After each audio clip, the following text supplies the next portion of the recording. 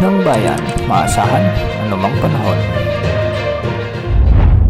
Magandang gabi po sa ating lahat. Narito ang update sa lagay ng panahon ngayong araw ng Miyerkules hanggang bukas, June 6, 2024. Sa kasalukuyan ay umiiral na muli ang mahinang habagat sa bansa at nakakapekto ngayon sa western section ng bansa. Ngayong gabi asahan ang maulap na kalangitan na may mga pag-ulan sa Metro Manila, Ilocos Region, Cordillera Region, Zambales, Bataan, Tarlac, Pampanga, Bulacan, Calabarzon, Mimaropa at Western Visayas. Ito ay dahil sa umiiral na habagat. Ang mga lugar na ito ay posibleng makaranas ng mahihina hanggang sa katamtamang pag-ulan at may posibilidad ng mga biglaang pagbaha at pagguho ng lupa. Magiging bahagyang maulap hanggang sa maulap naman ang mga kalangitan na may kalat-kalat na pag-ulan dulot ng mga localized thunderstorms sa ilang lugar.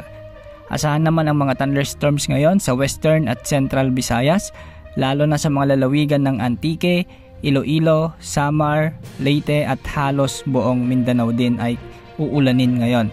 Mag-ingat po sa banta ng pagbaha at pagguho ng lupa.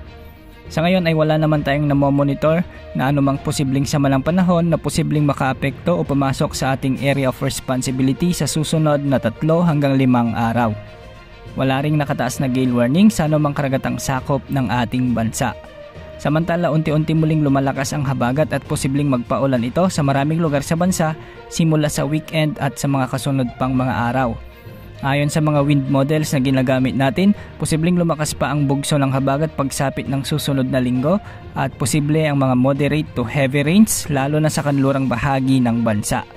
Pinakaapektado ng paglakas ng habagat ang Western Luzon at Visayas, lalo na sa mga lalawigan ng Palawan, Mindoro Provinces, La Union, Pangasinan, Ilocos Sur, Ilocos Norte, Benguet, Bataan, Zambales, Bulacan, Tarlac, Pampanga, kasama ang Metro Manila at western portions ng Visayas.